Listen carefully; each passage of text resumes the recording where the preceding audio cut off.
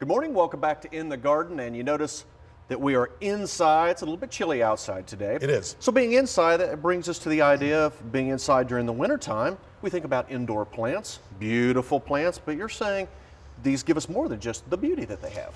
Absolutely.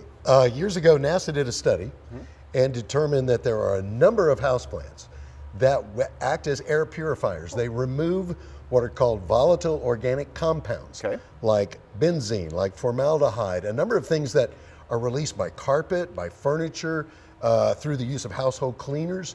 So they literally purify the air. Okay, they do it naturally for us. They do. Yes. Now, I want to start with some great choices for areas where there's low light and high humidity. For instance, kitchens and baths. Now, if ever there was a place where you wanted to purify the air. Yeah, the bathroom would probably be it, yes. But the ferns especially, I mean, they do wonderfully in that environment. And, you know, bathrooms typically don't have plants in them, and yet stick one of these maidenhair ferns in a bathroom and it just livens it up like that. Bam, pop of color for you. Yeah. Beautiful. And beautiful, and again, low light. It's fine, absolutely fine. Everybody thinks of houseplants that need a whole bunch of light. Not necessarily true. Behind you, this is a Chinese evergreen, one of the easiest plants in the world to grow. Then I'll take one of those. Yes. Yes. Some of the palms even can tolerate low light. The Sansevieria, the mother-in-law's tongue, they're sometimes called.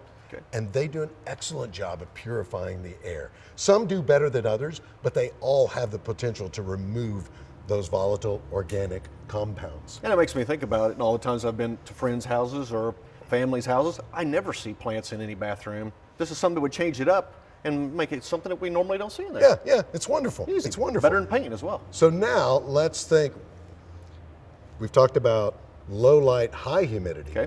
Let's reverse it. Bright light, low humidity. Oh, okay. Yes. Okay, Taft, so here we have just the opposite. Plants that love bright light and low humidity. And no surprise here, these are desert-like plants. The cacti, the succulents, they're really easy to grow. And when I say bright light, by the way, I mean east-facing, west-facing, south-facing, and pretty doggone close to the window. So you can really push them up and just give them all the light you want to give them. Easy to care for, and because of that low humidity requirement, you know, you don't have to mist them, you don't have to mess with them much at all. Water about every 3 weeks or so, and that's about it. So perfect on window sills. If you want a little color there on the window, perfect for it. Absolutely perfect. Now, we talked about the low light and the high humidity. We talked about the bright light and the low humidity. What about in between? That's a big question. In between is indirect light and average household humidities. And in that case, we're talking about essentially every single other house plant in this building. So every single one we see. How about that one over there? That one will work. Yeah, that one will work. That one? That'll work. Yes? Yes, absolutely. But, oh yeah, right there. Yeah. Oh.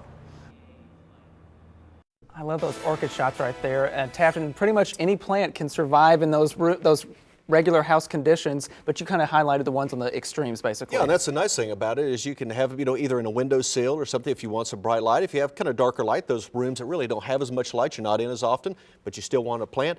There's all different kinds of variations. That's one thing I learned every week from Paul is it's endless. Yeah, there's always a plant for something in every part of the house or out in the garden. And I like the one that you pointed out that pretty much anybody can grow and it will stay alive. I like that. I think that's why Paul usually brings them up whenever he's talking to me because he knows. It's like you can do that too, yeah. Because I can actually grow it as well. Yeah.